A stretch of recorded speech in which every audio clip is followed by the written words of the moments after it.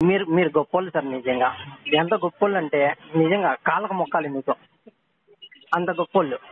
నేను ఎగ్జాంపుల్ చెప్తాను సార్. మీరు ఒక కస్టమర్ ని రీచ్ అయ్యారు సార్. ఇప్పుడు 10% లో మనకి లోన్ వచ్చింది, ప్రాసెస్ చేయమంటారా అంటాడు. అంటే తను ఏమంటాడు, ఈఎంఐ ఎంత పడుతుంది నాన్న అంటాడు. ఆ పర్సంటేజ్ ఒక నిమిషం సార్ నేను చెప్పేది. ఆ పర్సంటేజ్ తోటి మంత్లీ ఈఎంఐ చెప్తావా లేదా? ఎస్ సార్ నో అంతే. ఆ రేట్ ఆఫ్ ఇంట్రెస్ట్ తోటి మంత్లీ ఈఎంఐ చెప్తావా లేదా కావాల్సిన అమౌంట్ కి? అవునా కాదా చెప్పండి. Yes sir no, yes sir no, yes sir no. నాకు ఈఎంఐ వద్దు సార్. మీరు చెప్తారా చెప్పరా? సార్ నా టీం వరకు, నా దగ్గర వరకు ఎవరు ఏదైతే చెప్తారో అదే చెప్తాను సార్. ఏదైతే ఉందో అదే చెప్తాను కస్టమర్ కి. చెప్తారా చెప్పరా? ఏదైతే ఉందో అదే చెప్తాను సార్ కస్టమర్ కి. కదా కదా. మరి ఇప్పుడు తను కూడా అది నేను ఏమనుకున్నాను, 10% తోటే ఈఎంఐ చెప్పిందని అనుకున్నా. హలో గైస్, అందరికి నమస్తే, welcome to Bala talks. So మా ఫ్రెండ్కి హెచ్డిఎఫ్సి బ్యాంక్ క్రెడిట్ కార్డ్ పైన లోన్ తీసుకుంటే వాళ్ళు ఎట్లా మోసం చేశారో అనే దాని గురించి నేను ఒక వీడియో చేశాను. సో ఆ వీడియో చూసిన వాళ్ళకి ఈ వీడియో చాలా ఇంట్రెస్టింగ్గా ఉంటుంది. ఎందుకంటే నెక్స్ట్ ఈ వీడియోలో ఆ ఎగ్జిక్యూటివ్తో జరిగిన కాల్ ఏదైతే ఉందో కాల్ పెడుతున్నాను. ఒకవేళ మీరు కొత్త వాళ్ళు అయితే అంటే ఆ వీడియో చూడకుంటే కంపల్సరీ ఆ వీడియో చూడండి. ఆ వీడియో చూస్తే ఆ వీడియోలో చాలా ఇన్ఫర్మేషన్ ఇచ్చాను. సో ఆ వీడియోలో చెప్పినట్టు మా ఫ్రెండ్ క్రెడిట్ కార్డ్ పైన వచ్చే లోన్ సెక్షన్ ఏదైతే ఉందో ఆ సెక్షన్కి కాల్ చేశాడు. కాల్ చేసి తనకు జరిగిన మోసం గురించి చెప్పాడు, కంప్లైంట్ ఇచ్చారు. సో అక్కడ నుంచి మనకు కాల్ వచ్చింది. అంటే ఆ కంప్లైంట్ ఇచ్చిన తర్వాత ఆ అమ్మాయి ఎవరైతే ఉందో అంటే మా ఫ్రెండ్ని ముందు ఆమె టార్గెట్ రీచ్ కావడానికి తక్కువ పర్సంటేజ్ ఇంట్రెస్ట్ రేట్ ఇస్తాము అని చెప్పి నా ఫ్రెండ్ని మోసం చేసిన అమ్మాయి ఎవరైతే ఉందో అమ్మాయితో పాటు అమ్మాయి మేనేజర్ కూడా కాల్ చేశారు. ఎందుకంటే మేము కంప్లైంట్ ఇచ్చాము కాబట్టి వాళ్ళు కాల్ చేశారు, లేకపోతే అమ్మాయి కాల్ చేయకుండే. ఫర్ ద ప్రైవసీ పర్పస్ నేనైతే ఆ ఆడియో నుంచి అమ్మాయి పేరు ఎక్కడైతే వస్తుందో అక్కడ బీప్ సౌండ్ వేసాను. ఎందుకంటే మాకు తెలుసు అంటే ఈ ప్రైవేట్ సెక్టర్ ఎట్లా ఉంటుందో, ఒకసారి జాబ్ పోతే పరిస్థితులు ఎట్లా ఉంటాయనేది మనకు తెలుసు. కాబట్టి ఆ మానవతా దృక్పథం ఉంది కాబట్టి కంపల్సరీ ఆమె పేరు అయితే ఎక్కడ రివీల్ కాదు. కాకపోతే ఆమె ఆడియో అయితే మీకు వినిపిస్తుంది. అంటే ఆమె చేసిన ఆర్గ్యుమెంట్ ఏదైతే ఉందో అది మీకు కంపల్సరీ వినిపిస్తుంది. ఒకసారి వినండి, విన్న తర్వాత మాట్లాడుకుందాం. అర్థమవుతుందా లేదా మీకు? మీ కస్టమర్ చెప్పలేదు సార్. నేను 10% ఎవరికి చెప్పాను కూడా చెప్పాను. చెప్పవమ్మా, నువ్వు చెప్పకుండానే మేము 15% తోటి మేము వస్తున్నాము. మాకు ఆశ ఎక్కువ. ఏ కస్టమర్ చెప్పలేదు సార్. కావాలంటే మీరు చూడండి సార్, నేను 10% కూడా చెప్పాను. ఒక్క నిమిషం, నేను యాక్సిస్ బ్యాంక్ లో ఉందంటే మీ మేనేజర్ తోటి కూడా మాట్లాడిచ్చినావా లేదా? నేను ఎంత కమిట్ అవుతాను ఫస్ట్ మాట్లాడిచ్చినావు కదా, నేను ఎంత కమిట్ అవుతాను? తక్కువనే కదా కమిట్ అయింది.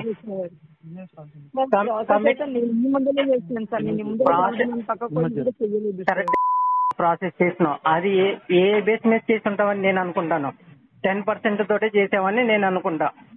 నువ్వు మాట్లాడిచ్చినావా లేదా మీ మేనేజర్ తోటి? మీ మేనేజర్ తోటి మాట్లాడిచ్చినావా లేదా? అంటే వాళ్ళు అమౌంట్ చెప్పారు సార్. వాళ్ళు అమౌంట్ చెప్పారు. ఓకే బ్రాంచ్కి వస్తున్నారు కదా, బ్రాంచ్కి వచ్చినప్పుడు మాట్లాడు కస్టమర్తో చూసి చెప్పన్నాడు సార్. వాళ్ళు ఎక్కువ డీటెయిల్స్ చెప్పలేదు సార్. మీకు మేనేజర్ కూడా చెప్పలేదు. మేనేజర్ డీటెయిల్ చెప్పలేదమ్మా, కానీ మీ మేనేజర్ తోటి ఎందుకు మాట్లాడిచ్చినావు అనేది నాకు పాయింట్. ఇప్పుడు ఎవరు మాట్లాడారండి? అడగండి తన పేరు. ఇప్పుడు ఆమె చెప్పిందంటే మళ్ళీ ఆమె వేరే విధంగా చెప్తున్నారు కదా. సార్ నేను చెప్పినాను కదా, నా వర్షన్ నేను చెప్పినాను కదా, మీరు అడగండి. ఇప్పుడు నా వర్షన్ చెప్పినాను, నేను ఎందుకు కమిట్ అయినా కూడా చెప్పినాను. వాళ్ళ మేనేజర్ కూడా ప్రీ క్లోజ్ చేయడానికి నేను హెల్ప్ చేస్తాను సార్ మీకు కావాలంటే అని చెప్పేసి చెప్పినాడు. ఇదంతా జరిగినప్పుడు నేను ఎంత అనుకుంటాను? ఇప్పుడు 13 నుంచి నేను ఇంకా ఒక 3% నాకు తగ్గుతుందని కదా నేను కమిట్ అయింది. దాన్ని బేస్ చేసుకొని నేను తీసుకున్నాను. నేను యాక్సిస్ లో క్లోజ్ చేసిన. మళ్ళీ అక్కడ ప్రీ క్లోజ్ చేసినందుకు నేను మళ్ళీ 3% నేను కట్టుకున్నా, ప్లస్ దాని మీద జిఎస్టీ. ఇంత నష్టపోయి కూడా నేను తీసుకుంటానా సార్? ఇప్పుడు మళ్ళీ ఇక్కడ ఏం చెప్తున్నారు, మళ్ళీ ఇది ప్రీ క్లోజ్ లేదంట. ప్రీ క్లోజ్ చేయడానికి నేను 3% పే చేయాలంట. మళ్ళీ ఇది 4.7 అదే. అది చెప్పిందా? ఇన్ఫర్మేషన్ పాస్ చేసిందా అడగండి. అది కూడా చెప్పలేదు. ప్రీ క్లోజ్ కావాలంటే ప్రీ క్లోజ్ చేసుకోవచ్చు అని చెప్పింది. 4 EMIs పే చేసాక క్లోజ్ చేస్తాను మీకు అదే చెప్పాను. క్లోజ్ చేయొచ్చని చెప్పినావు. క్లోజ్ చేస్తే ఒక్క నిమిషం, క్లోజ్ చేయొచ్చు అని చెప్పినావమ్మా. దానికి 3% ఉంటుంది సార్ వడ్డన అని చెప్పేసి చెప్పలే. అర్థమైందా? క్లోజ్ చెప్పాను కదా సార్, అదో క్లోజ్ చేసుకుంటే ఉంటుంది అని చెప్పాను కదా. 3 months తర్వాత మీరు కావాలంటే క్లోజ్ చేసుకోవచ్చు అనేది చెప్పినావమ్మా. దాని మీద 3% వడ్డిస్తారు సార్ అని చెప్పలే. అర్థమైందా? ఆ 3% మళ్ళీ GST ఉంటుంది అని చెప్పలే. అర్థమైందా? సార్ ప్రీ క్లోజింగ్ అనేది ఎక్కడైనా ఉంటుంది సార్, ఏ బ్యాంక్ అయినా సార్. ప్రీ క్లోజ్ అనేది ఏ బ్యాంక్ లో అయినా ఉంటుంది సార్. అది సార్ మీరు ఇన్ఫర్మేషన్ పాస్ చేసే బాధ్యత మీది కస్టమర్కి.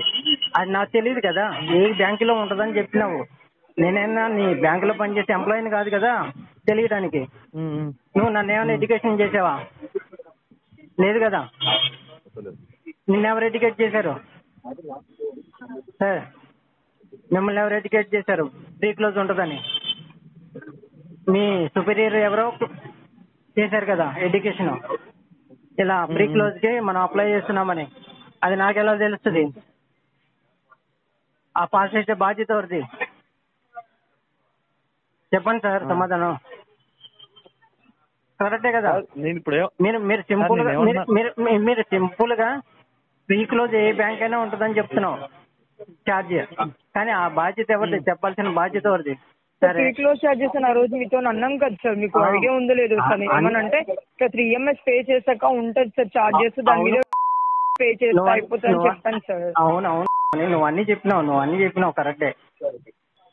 సో మీరు ఆ రోజు కాల్ చేస్తే కూడా మీకు నేను మళ్ళీ తర్వాత కాల్ చేస్తే కూడా మీరు నెక్స్ట్ డే రోజు మీరు కాల్ చేయగా నేను చెప్పాను సార్ ఇలా ఉంటుంది సార్, ఇలా క్లోజ్ చేసుకోవాలి సార్ అని. ఆ రోజు నెక్స్ట్ డే మీకు తర్వాత రోజు నేను చెప్పినాను కూడా, మీరు కాల్ చేస్తే నెక్స్ట్ డే కూడా చెప్పినా మీకు. తర్వాత అయిన సంగతి చెప్పలేదని నేను అనట్లేదు సార్, తర్వాత నేను చెప్పినా మీకు.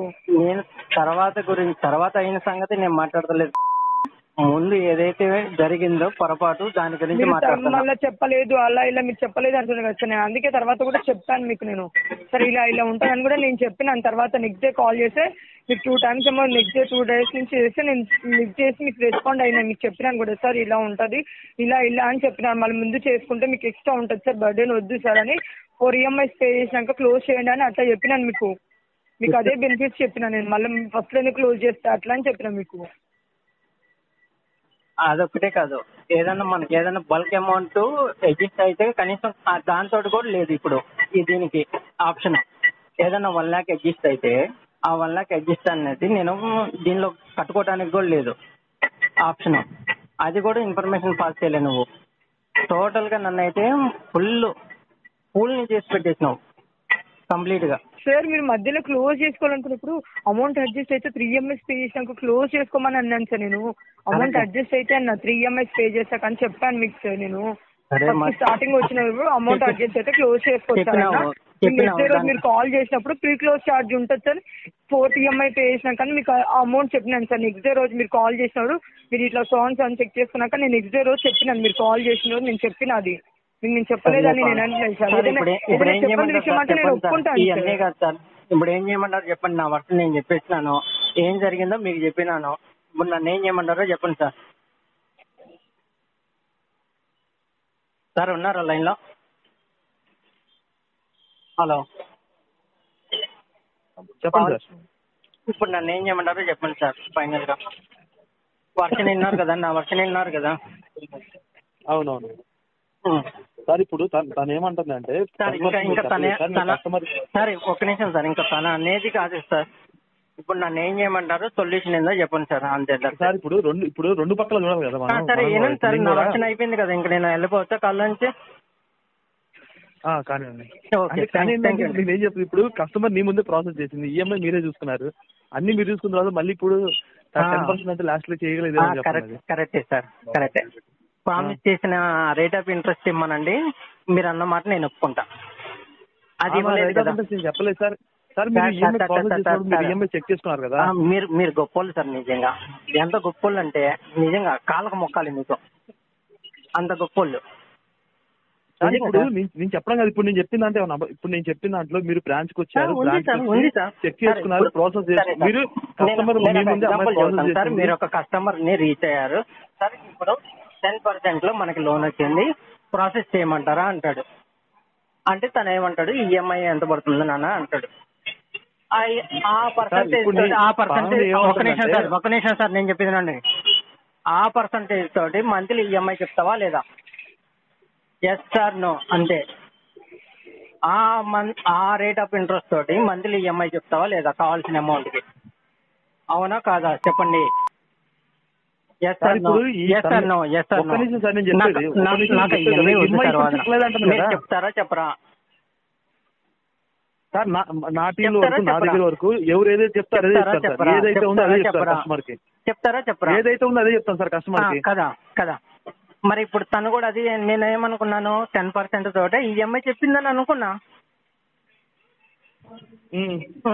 ఇంకేంది, ఇంకేముంది అక్కడ చేయనికి చూడనికి?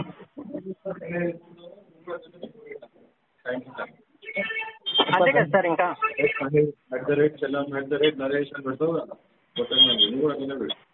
సార్ ఇంకా చూడనికి చేయనికి ఏం లేదు సార్ అక్కడ. మీరు మీరు ఏదైతే కమిట్ అయ్యారో రేట్ ఆఫ్ ఇంట్రెస్ట్ సార్ అదేలా సార్ మీరు లోన్ ప్రాసెస్ చేసింది మీ ముందు అనుకో మరి ఎటకరంగా నేను జరిగిన ఒక నిమిషం సార్. నేను ఆల్రెడీ వాళ్ళ మేనేజర్ మాట్లాడినప్పుడు కూడా నేను కమిట్ అయ్యానే కదా ఆ రేట్ ఆఫ్ ఇంట్రెస్ట్ తోటి. ఆల్రెడీ అక్కడ 13% అని చెప్తుందని అర్థం కావట్లేదా నీకు? వినపడట్లేదా? మాట్లాడి సార్ నేను మాట్లాడతాను సార్ కస్టమర్. అమ్మా అవసరలేదమ్మా, ఇంకేం మాట్లాడమ్మా నీతో. ఇంకా మాట్లాడుతూ మాట్లాడుతున్నావు బుద్ధుందా లేదు నీకు? ఓ పక్క అడుగుతున్నా ఇన్నిసార్లు నేను సార్. నేను ఓన్లీ అమౌంట్ ఏ మేనేజర్తో మాట్లాడారండి మీరు? ఏ మేనేజర్తో మాట్లాడారు మీరు?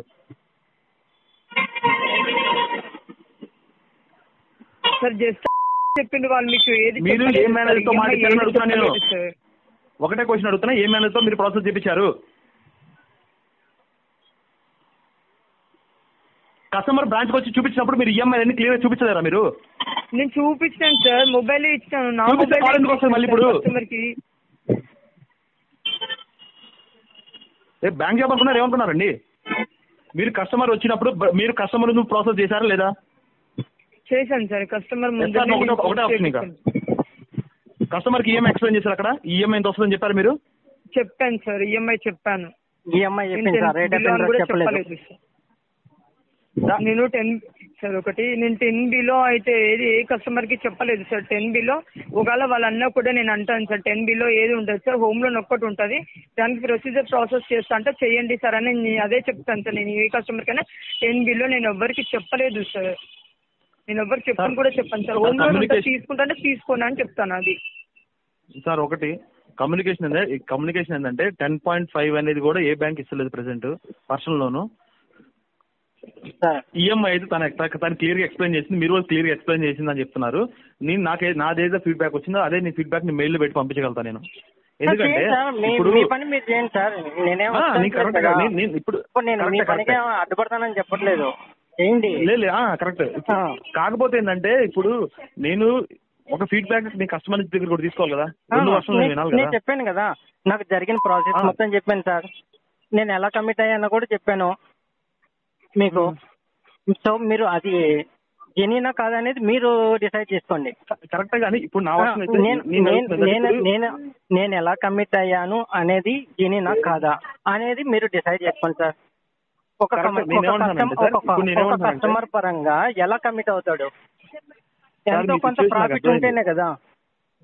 మీ సిచ్యువేషన్ నాకు అర్థమైంది సార్, నేను అర్థమైంది. కాకపోతే ఏంటంటే మీకు అర్థం కాని విషయం ఏంటంటే ఇప్పుడు నా సైడ్ నుంచి కూడా ఇప్పుడు మీది ఇది అని కన్సర్న్ వచ్చింది. నా సైడ్ నుంచి నేనే వాళ్ళ ఫీడ్బ్యాక్ కస్టమర్ ముందు ప్రాసెస్ చేశారా లేదా, కస్టమర్ కి ఈఎంఐ ఎక్స్ప్లెయిన్ చేశారా లేదా, ఇది మీరు ఓకే మీరు నా ముందే ఓపెన్ చేశారు అంటున్నారు. కస్టమర్ ఎగ్జిక్యూటివ్ కూడా అదే చెప్తున్నారు. రేట్ ఆఫ్ ఇంట్రెస్ట్ అనేది చెప్పలేదని చెప్తున్నాను. ఈఎంఐ అనేది కరెక్ట్. ఈఎంఐ అనేది మీకు ఎక్స్ప్లెయిన్ చేశారు కదా. ఎవ్రీ మంత్ మీకు ఈఎంఐ ఎంత వస్తుందని ఎక్స్ప్లెయిన్ చేసిన ఈఎంఐ ఎంత వస్తుందని చెప్పారు. అయిపోయింది. ఈఎంఐ నేను కమిట్ అయిన దాంతో క్యాలిక్యులేట్ చేసిందని చెప్తారు అనేది నేను కమిట్ అయినా. సార్ ఇప్పుడు మీరు ఈఎంఐ క్యాలిక్యులేట్ చేసుకున్నప్పుడు ప్రాసెస్ చేసినప్పుడు ఈఎంఐ మీకు అర్థం అవుతుంది కదా. మీరు ఈఎంఐ కూడా మీరు చెక్ చేసుకున్నారు. ఈఎంఐ మీ ముందే చెప్పింది, అంతా మీ ముందే ప్రాసెస్ చేసింది అమ్మాయి. అంటే పొరపాటు నాదే నేను అంటారు. వేరే ఆర్ఎం సార్ పిలుస్తుందంటే మొబైల్ ఇచ్చేసి పోయినాను సార్. నేను మొబైల్ ఇచ్చేసి అది అమౌంట్ కనిపించేటట్టే మొబైల్ ఇచ్చేసి నేను పోయినాను. సార్ పిలుస్తుందంటే మొబైల్ ఇచ్చేసే పోయినాను. మొబైల్ కూడా పట్టుకొని కూడా పోలేదు. చాలా తెలివిగా చేస్తున్నావు. ఓకే సరే సార్, సార్ మీరు ఇవ్వాల్సిన ఫీడ్బ్యాక్ నేను రాంగ్ చెప్తే ఒప్పుకుంటాను సార్. నేను రాంగ్ చెప్తే మీ ముందర ఒప్పుకుంటాను సార్. ఓకే అమ్మా, ఓకే ఓకే సార్, మీరు ఇవ్వాల్సిన ఫీడ్బ్యాక్ ఇచ్చి సార్. ఓకేనా, thank you sir. Hello sir, sir ఉన్నారా? సార్ ఉన్నారా? హలో సార్ ఉన్నారా లేరా? హలో, చెప్పండి. మీ ఫీడ్బ్యాక్ మీరు ఇచ్చి పంపండి సార్, ఏదైతే అదైతే. నాకైతే కట్టక తప్పదు కదా. కరెక్ట్. ఇప్పుడు నేనేమంటున్నానంటే నేను మీ సైడ్ నుంచి కూడా చెప్తున్నాను. నేను ఇప్పుడు నా వర్షన్ ఏంటంటే ఇప్పుడు మీరు ఇంకా వర్షం వద్దు. నేను ఎలా కమిట్ అయ్యానో కూడా మీకు చెప్పాను. తను ఏ మేనేజర్ తోటి మాట్లాడిందో మీరు సరే, మీరు ఇంకా నన్ను అంత మించి అడగండి సార్. ఇంకా ఎందుకంటే నాకు ఇంకా చాలా బాధగా ఉంది ఇక్కడ. కరెక్ట్. నేను ఒకసారి తనతో కూడా మాట్లాడి మళ్ళీ ఒకసారి కాల్ చేస్తాను. మళ్ళీ ఈవినింగ్ వరకు ఒకసారి నేను నా సైడ్ ట్రై చేసేది ఉంటే జరిగిన ప్రాసెస్ నేను చెప్పింది ఏదన్నా తప్పు ఉంటే కాల్ బ్యాక్ చేయండి సార్. మీరు ఇక్కడ మిస్టేక్ చెప్పారండి. ఓకేనా, థ్యాంక్ యూ సార్. సార్ ఇక్కడ మిస్టేక్ అంటే సార్ ఇప్పుడు తను మీకు బ్రాంచ్ ఒక్క నిమిషం సార్, నేను చెప్పేది కూడా వినండి. మీరు చెప్పేది నేను విన్నా, నాకు అర్థమైంది. మీరు ఏమంటున్నారంటే నాకు ప్రాసెస్ నా ముందే చేశారు, ఈఎంఐ కూడా నాకు ఎక్స్ప్లెయిన్ చేశారు, కానీ అడిషనల్ గా 10% చెప్పారని అంటున్నారు మీరు. ఇప్పుడు మన వర్షం ఏంది అట్లా ఉంటదంటే మీకు చెప్పిన ఈఎంఐ మీకు వచ్చిన ఈఎంఐ కరెక్ట్ గా ఉందా లేదా అనేది చూసేది మనం కూడా, ఎవరైనా కానీ. ఇప్పుడు మీరే ప్రాసెస్ చేశారు, ఈఎంఐ కూడా మీకు చెప్పిన అమౌంటే వచ్చింది అనేది కదా చూసేది మనం. దీంట్లో ఎక్కడైనా మనకేమైనా మెట్ అవ్వకపోతే ఈ రెండిట్లో నేను ఇప్పుడు మీరు చెప్పిన దానికి ఆమె చెప్పిన దానికి లేదు సార్ నేను ప్రాసెస్ నేను చేయలేదు, ఆ మేడమే ప్రాసెస్ చేసింది, ఈఎంఐ కూడా నాకేం చెప్పలేదు అని చెప్తే నేను ఏమైనా మాట్లాడగలుగుతాను. మీరు బ్రాంచ్ కి వచ్చారు, ప్రాసెస్ చేసింది, ఈఎంఐ కూడా మీకు ఇంత చెప్పింది. ఈఎంఐ కూడా మళ్ళీ మెన్షన్ చేయలేదని చెప్తున్నా నేను చేసే ముందు. Rate of interest sir, rate of interest అనేది ఇప్పుడు ఒక నిమిషం సార్ నేను చెప్పేది. రేట్ ఆఫ్ ఇంట్రెస్ట్ సార్ ఒక్క నిమిషం సార్, నేను ఒక్క మాట చెప్పేది కూడా వినండి. మీరు విని నాకు చెప్పండి, నేను ఎంతసేపు వింటాను. నేనేమంటానంటే మీకు చెప్పిన ఈఎంఐకి మీకు వచ్చిన ఈఎంఐకి ఏమన్నా డిఫరెన్స్ ఉందా? ఎందుకంటే నా సైడ్ నుంచి నేను ఇప్పుడు అమ్మాయి మీద ఏమైనా యాక్షన్ తీసుకోవాలి అన్నా గానీ ఇప్పుడు మీకు చెప్పిన ఈఎంఐ మీకు వచ్చిన ఈఎంఐ ఒకటే కదా. సరే, ఇప్పుడు నేను పొరపాటు ఎక్కడ జరిగింది అనేది నేను ఏం చెప్తున్నానంటే, నాకు బిలో 10% ఉన్నారు, చేసింది ఏమన్నా 15.8% లో చేసినారు అని చెప్తున్నాను. అక్కడ మిస్టేక్ జరిగిందని చెప్తున్నాను. మిగిలిన ప్రాసెస్ అంతా నేను ఒప్పుకుంటున్నాను అని చెప్తున్నాను. జరిగిన ప్రాసెస్ అంతా నేను ఒప్పుకుంటున్నాను. కానీ ఇక్కడ జరిగిన మిస్టేక్ నేను ఏం చెప్తున్నానంటే, నాకు బిలో 10% నాకు అగ్రి అయ్యి 15.84 చేసినారు అనేది నా కన్సర్న్. దాని మీద మీరేమన్నా చర్య తీసుకుంటే తీసుకోండి, లేదు సార్ అంటే ఇంకా వదిలేయండి. సార్ నేను ఒకసారి నా సైడ్ నుంచి ఏమన్నా కరెక్ట్ చేయడానికి ఏమైనా ఉంటుందేమో ఒకసారి నేను చెక్ చేసి మీకు మళ్ళీ మీకు టచ్ అవుతాను. ఓకేనా? Okay sir, thank you. Thank you. So audio విన్నారు కదా ఫ్రెండ్స్. సో విన్న తర్వాత మీకేమనిపిస్తుంది? అమ్మాయి ఒకటే మాట అంటుంది, నేను అట్లా చెప్పలేదు అంటుంది. అయితే ఒకవేళ నువ్వు 10% బిలో ఇంట్రెస్ట్ రేట్ ఇస్తా అని చెప్పకపోతే నా ఫ్రెండ్ ఎందుకు వచ్చేది అంటే, అక్కడ యాక్సిస్ బ్యాంక్లో 13% ఏదైతే ఇంట్రెస్ట్ రేట్ ఉందో ఆ ఇంట్రెస్ట్ రేట్ని కాదని 15.8% ఇంట్రెస్ట్ రేట్కి ఎందుకు వస్తాడు?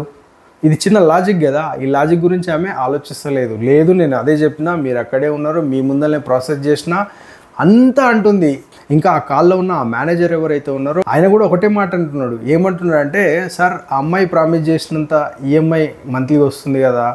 అవును వస్తుంది, అంతే, ఇంకేముంది, ప్రాబ్లం ఏముంది అంటే అమ్మాయి ఇంత చెప్పింది, మంత్లీ ఈఎంఐ అంతే వస్తుంది కదా, మరి అక్కడ ఎక్కడ ఫ్రాడ్ జరిగింది అని ఆయన క్వశ్చన్ వేస్తున్నాడు. ఇక్కడ లాజిక్ ఏంది అంటే, మాకు ఆ ఈఎంఐ గురించి కాదు ప్రాబ్లం, మాకు ప్రాబ్లం వచ్చేసి ఏదైతే ఇంట్రెస్ట్ రేట్ ఉందో ఆ ఇంట్రెస్ట్ రేట్ తోటి problem. 10% below interest rate promise చేసి నువ్వు 15.8 ఇంట్రెస్ట్ రేట్కి పోయినావు. సో అప్పుడు ఏమవుతుంది, ఈఎంఐ సేమ్ ఉన్నా కూడా అక్కడ కట్టే మంత్స్ పెరుగుతాయి కదా, డబ్బులు పెరుగుతాయి కదా. మరి ఆ లాజిక్ గురించి మాట్లాడతలేడు. అంటే ఆయన ఎంత మట్టుకు లేదు ఆమె చెప్పింది ఇదే, మీకు ప్రామిస్ చేసిన ఈఎంఐ అదే కాబట్టి అదే ఇస్తుంది కాబట్టి ఆమె తప్పేముంది అనే లెక్కలో మాట్లాడుతున్నాడు. సో ఫ్రెండ్స్, అంటే ఇప్పుడు వాళ్ళకేముంది, వాళ్ళు టార్గెట్ కంప్లీట్ చేసుకున్నారు, మంత్లీ టార్గెట్ ఉంటుంది, ఆ టార్గెట్ కంప్లీట్ అవుతుంది. టార్గెట్ కంప్లీట్ అయినాక మనం బక్రా అవుతాం. సో నేను మీకు ఇచ్చే సజెషన్ ఒకటే, ఎవరైనా లోన్ కోండి కంపల్సరీ. మనం రిచ్ ఫెలోస్ ఎవరు ఉండరు, కంపల్సరీ ఈ లోన్స్ అనేటివి ఒక హ్యూమన్ లైఫ్లో అదొక భాగము. లోన్స్ తీసుకుంటాడు, కట్టేస్తారు, జరుగుతూ ఉంటాయి. సో లోన్స్కి వెళ్ళండి, కానీ లోన్స్కి వెళ్ళే ముందు చాలా కేర్ఫుల్ ఫ్రెండ్స్. ఎందుకు అంటే లోన్స్ తీసుకునేటప్పుడు ఇట్లాంటివన్నీ చూసుకోండి. ఒకవేళ ఈ ఇంట్రెస్ట్ రేట్, ఈ ప్రాబ్లమ్స్ ఏవైతే ఉంటాయో ఇమీడియట్గా కంప్లైంట్ చేయండి. కంప్లైంట్ చేస్తేనే మీకు ఆ సొల్యూషన్ వస్తుంది. మాకు ఈ కేసులో సొల్యూషన్ వస్తుందో రాదో మాకు తెలియదు, కానీ కంపల్సరీ మీరు ముందే చెక్ చేసుకోండి. ఈ ప్రాబ్లమ్స్ వరకు రాకండి. నా ఫ్రెండ్ చాలా ప్రాబ్లమ్ ఫేస్ చేస్తున్నాడు పాపం. ఎందుకు అంటే ఇప్పుడు చాలా డబ్బులు పెరిగినాయి, ఆయనకు కట్టాల్సిందే. లేకపోతే కట్టకపోతే ఇంటికి లీగల్ నోటీస్ వస్తాయి. వీళ్ళదేముంది, వీళ్ళ టార్గెట్ ఫినిష్ చేసుకుంటారు హ్యాపీగా. వీళ్ళ టార్గెట్ అదే ఏంటి, ఒక బకరాన్ని టార్గెట్ చేయాలి. ఆ టార్గెట్ చేసేసారు, వీళ్ళ పని అయిపోయింది. నెక్స్ట్ ఏంటి, మనమే ఈఎంఐలు కట్టుకోవాలి. సో మనం చాలా కేర్ఫుల్ ఉండాలి. చాలా కేర్ఫుల్ ఉండి లోన్స్ తీసుకునేటప్పుడు అన్నీ వెరిఫై చేసుకోవాలి. వెరిఫై చేసుకున్నాకనే లోన్ తీసుకోవాలి. సో ఇది ఫ్రెండ్స్ ఈ వీడియో మీకు నచ్చింది అనుకుంటా. Take care, bye.